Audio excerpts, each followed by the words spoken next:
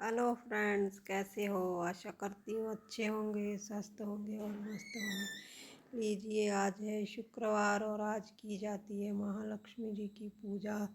महालक्ष्मी को प्रसन्न करने के लिए आज आप उपवास व्रत भी कर सकते हैं और माता लक्ष्मी को आप खीर का भोग लगाइए, तुलसी में दीपक जलाइए और दहलीज पूजा जरूर कीजिए। महालक्ष्मी जी की पूजा में जितना आप सफ़ेद चीज़ों का दान करेंगे उतना अच्छा है। इसमें चीनी का दान आप बिल्कुल भी मत कीजिए। चीनी का दान हमें नहीं करना चाहिए। इससे शुक्र ग्रह जो खराब होते हैं। चावल का दान आप कर सकते हैं। शाम के समय आप खीर ज़रूर बनाइए और इत्र का जितना हो सके उतना प्रयोग कीजिए। आज मैं आपको बताऊंगी कि घर में जो परेशानियां आती हैं, जो लक्ष्मी का जो आगमन है वो रुक जाता है, वो किन कारणों से होता है। तो मैं सर्वप्रथम आपको बताऊं कि आपकी आदतें कुछ आपको सुधारनी पड़ेंगी। जैसे कोई कोई सूर्य उदय होने के बाद भी सोया रहता है। हमें सूर्य उदय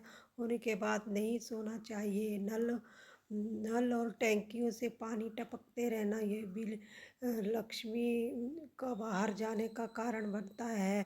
खराब इलेक्ट्रॉनिक सामान घर पर पड़े रहना, बिल्कुल खराब पड़ी हुई चीज़ों का ऐसे ही घर में पड़े रहना, उसे हमें निकाल देना चाहिए। टूटी फूटी चप्पलों का ऐसे ही संजो कर रखना। अगर टूटी चप्पल है तो उन्हें निकाल दीजिए, ऐसे सजा कर मत रखिए। फटे पुराने कपड़ों की पोटली बांध बांध कर हम लोग रख लेते हैं, इसे भी आप मत रखिए। इससे भी लक्ष्मी जी रूठ जाती हैं। इन कपड़ों को या तो आप दान दे दीजिए या किसी को पहनने को दे दीजिए या फिर इनका इस्तेमाल कर लीजिए। चौथा, कोई भी व्रत करते हैं तो उसमें आप धूनी वगैरह नहीं करना, व्रत पूजा नहीं करना, धूनी नहीं देनी। घर में आप कपूर की रोज धूनी दीजिए आप, इससे माता लक्ष्मी जी बहुत प्रसन्न होती हैं।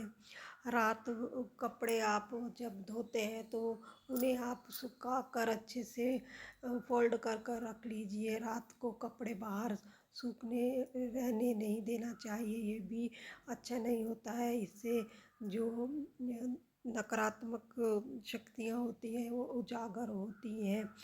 और आटा गूंदा हुआ भी हमें फ्रिज में नहीं रखना चाहिए। कोई कोई आटा गूंद कर उसका पिंड बनाकर रख लेते हैं, जो अच्छा नहीं होता है। उसे भी हमें रात भर फ्रिज में नहीं रखना चाहिए। जितना आपको चाहिए उतना ही आटा आपको गूंदना चाहिए और उसी टाइम में यूज कर लेना चाहिए।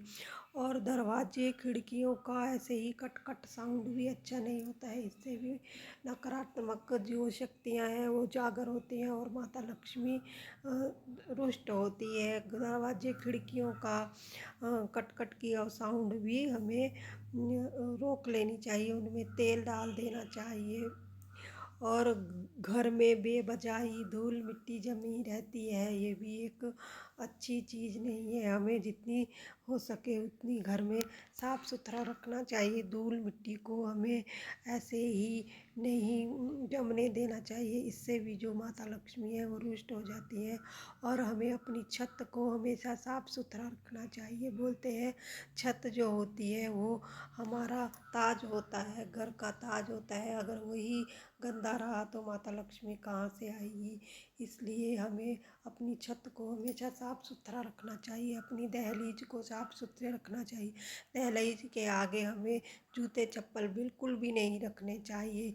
इससे भी बोलते हैं माता लक्ष्मी जो है वो 7 बार हमारे घर के आगे आती है और वही चप्पलें देखकर वो वापस लौट जाती है। क्योंकि जूते चप्पलों को जो दरवाजे के आगे सजा सजा कर रखते हैं वो हमें नहीं रखना चाहिए, जिससे लक्ष्मी रुष्ट होती है और वो चली जाती है। शाम के समय हमें घर के दहलीज पर दीपक जरूर जलाना चाहिए, जिससे लक्ष्मी जी हमारे घर में प्रवेश करें। उम्मीद करती हूँ आपको मेरी दी हुई जानकारी अच्छी लगी होगी। जो मैंने आपको बताया वो आपको पसंद आया होगा। प्लीज़ लाइक शेयर सब्सक्राइब ज़रूर कीजिए मेरे चैनल को। और ऐसे ही अच्छी अच्छी बातों को देखने के लिए आप मेरे वीडियो को ज़रूर देखिए और मुझे अच्छे व्यू दीजिए। उम्मीद करती हूँ आपको मेरा वीडियो अच्छा लगा होगा। नमस्कार।